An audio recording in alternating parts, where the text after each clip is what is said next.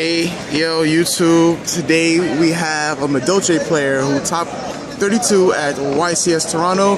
His name is David Wu. And let's get into the deck profile, shall we? All right. So, that's a that's an epic looking mat. I'm just saying, in 1080p here. Yeah, it's my first ever top 32 mat. First ever top 32. Okay. Yeah. All right. Where are you from, by the way? Before we begin. I am from Boston, Massachusetts. Oh. I'm also actually a Canadian citizen. I dual citizenship. Yeah. Okay.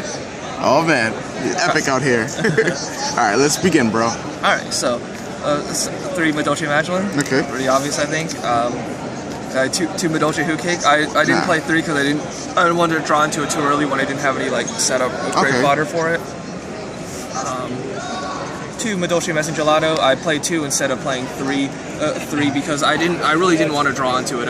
I hate drawing into it because it's just a 1600 vanilla and it doesn't really do much. Only one special summon. Yeah, I want it in the deck, but unfortunately, against my top 32 match against Dragons, I drew one and I could I couldn't make an invoker play because I drew it and to make Cowboy for game. Yeah. So that kind of stinks, but I still like the 2. Okay. And 1 Madolche Mifui.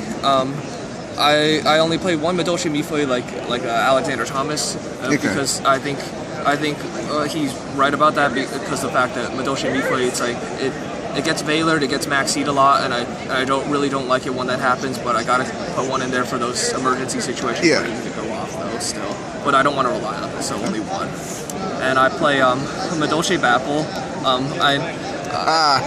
A lot of people I know don't really like this card, but I personally think it's great because it baits out a lot of things and lets you. It's really safe. It lets by switching things into defense mode. You don't have to make big plays like XE summons. You can just Hoot Cake and switch something into defense and then just run it over with a Hoot Cake. Yeah. And it also protects you from getting a damage step lanced or Tencent or colluded and stuff. So even if my monster is stronger, 90% of the time I'll still switch it into defense if I can. Okay. And that's for the Madolche monsters. So I play the 2 tour guides because they're good cards. Especially for Invoker. Yeah, not just Invoker, but there's any rank 3. And also the main reason is because I want to draw out Veilers and Maxies on these so that they don't put it on the Mews and Hoot Cakes. Okay. I play double Giant Rat. I wanted to make the play where if it gets attacked, I get a special summon a Hoot Cake from the deck instantly, and then make a lot of plays and go off. Okay. Unfortunately, I never actually used its effect. Well, I did use its effect against my top 32 against Dragons, but he had too many threats, and all I could do was Giant Rat into Giant Rat. So. So unfortunately, I probably should have switched these cards out for my cards in the side deck. Okay. Yeah. Would you still play a main deck though? The what? The Giant Rats. No, I probably no. Like I said, I probably put in my side deck cards and take out the Giant Rats. Okay. And I played the Psychics.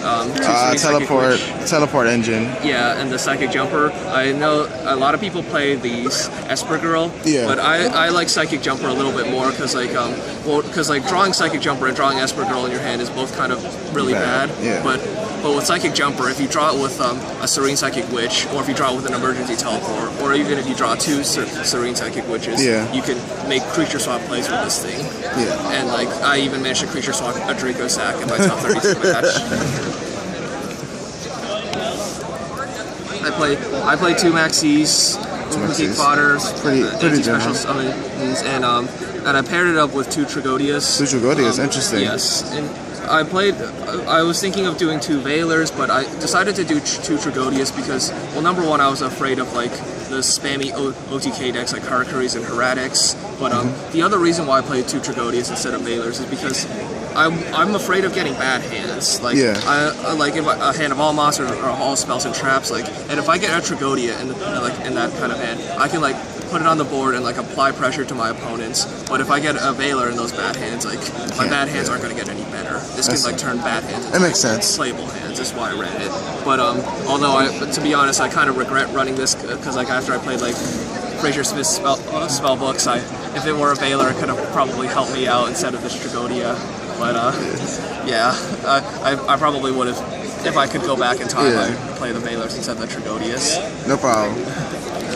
And that's it for the monsters. 20 monsters. 20 monsters total. Okay. So I played two Madolche Shanto. Just one Madolche ticket.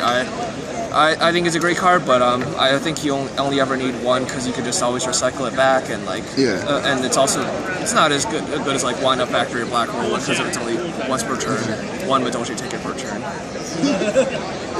2 emergency teleports for the seconds. Double Forbidden Lance to protect the Who Cake. Okay. I love this card because one of my matches I played against Dark World and I was in time and he summoned the Who Cake and he went Skill Drain. I Forbidden Lanced it. And he was able to go off. And I was able to make Acid Golem and put my life points high enough for me to win. Yep. And 2 Mystical Space Typhoon and 1 Book of Moon. Okay. I didn't play Dark World.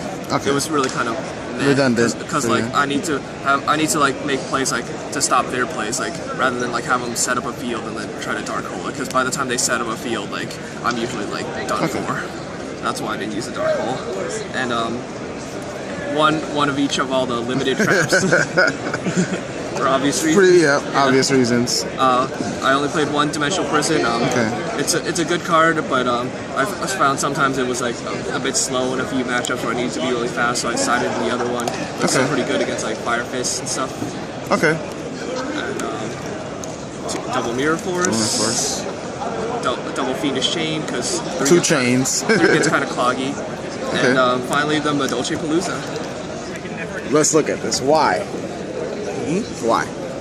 Well, it lets you make plays that otherwise like aren't really possible. Like you could just go off like after you paid out things with like the Magdalene or like Who Cake. Like you could just go for game-winning pushes on this thing. Like I used this against my match against Desmond Johnson. Okay. And I was able to go first and set this card, and then he went Burrito, Naturia Beast, and like turn 2 I was able to flip this and summon a whole lot of monsters and just went from there. Yeah, it's in the feature match. The OTK. So we'll link that feature match in the description bar below. So and my extra deck. Okay. Yeah. So 2 Madolche Queen Tiara-Risu. The Queen. Yep. Yep. 1 MX Saber Invoker. The funny thing about this Invoker is that during like this entire YCS, I never actually used its effect. Oh damn! Because in day 1, I never actually like needed to bring this thing out, and when I did actually bring it out against Desmond, he warninged it unfortunately, so I never actually used its effect. Still a great card though. It happens. Yeah. Mech-Whipped Engineer. Now this is probably my MVP of my extra deck and this is also the reason why I ran tour guides because if they wanted to save their maxis and Veilers and not use them on the tour guides, then I go Mech-Whipped Engineer so that like I could just stall and protect myself for a couple of turns and like I could just drop Who Cake and then like protect the Who Cake from like things like Bottomless and if they decide to Veiler the Who Cake, then I could just use this to protect the Who Cake and just go off again. Makes sense. This is probably like my MVP of like my whole design deck, and I just love this card so much. 1 Levier to bring back things with Who Cake. Leviathan Dragon. Yep. Acid Golem. I really like this MVP? card because it's like 3,000 attack and it helped me win against a Herald of Perfection deck because of its 3,000 attack points. Okay. Maestro. 1 Zen Mains. 1 Abyss Dweller helped me out against when playing in Mermails. Utopia. I don't think I really used this thing. Cowboy. I don't think I ever really used this thing either. Diamond Direwolf. I like this card because it's like you can just target itself and another card on their field if you just need to like destroy something. I never really went into this, but I think I'd rather like have this card in my extra deck than to not have it at all. And finally the Naturia Beast and Naturia Barkion. Yep. The duo. Dynamic. And then finally the side deck. The side deck. I played one Neospatian Grand Mole because I read the Giant Rats, so I thought like I could like crash into the giant rats into something and bounce things if I needed to. But you never drew them. Yeah, surprisingly, I never actually got to use its effect. Okay. And to DD Crow for things like Dragoonities, Infernities, and also Dragons when they try to special summon from the grave. Two effect failures. The effect failures that I probably should have main decked. Over the giant rats, you think? Probably over the Tragodius. Oh, the Tragodius, okay. Yeah.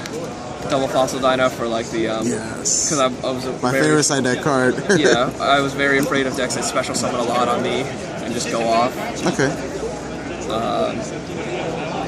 2 Fencing Fire Ferrets. I think this card is like really awesome. I sided in against those matchups, against two kinds of matchups. The ones where they like special summon a lot of monsters and try to OTK me, and also for the grindy matchups, because against the spammy things against like Karakuris and Heretics, like what I do is I try to set this thing, and like when they see a set card, usually they'll assume it's like Fossil Dyna or maybe like Penguin Soldier, so they'll try to pop it with Scrap Dragon, and when they pop it, then I get to take out one of their cards as well. And also I played it against like Fire Fist, because it's just as strong as Tanky, a bear powered up by Tanky, and meaning they can't run over it, and if they pop it, then their bear also gets popped by this thing as well. Makes sense. And 1 Misty, 1 Mind Control. Mirror matches? The mirror match. I was very afraid of the mirror match. Did you play any? I didn't actually. Okay. Thankfully. A double light imprisoning mirror because it hits a lot of different decks like Agents, Constellars, and Constellars and Heretics. Makes sense. The other Dimensional Prison and Needle Sealing for those like spammy decks. Yes. Okay, that pretty much does it all for this deck profile. We're here with David Wu. Is there any last words you'd like to say to your viewers? I just want to say I think this deck is great. I hope you all enjoy playing this deck as much as I do, and best of luck to you all. Okay, or will we see any future events? Yeah, I hope so. I definitely hope to like go to future YCSs if I can, and definitely like Worlds and stuff. Okay. With that said, thank you once again. Yep. For Deck Profile, this is your host Popov, and we'll catch you guys later. Peace.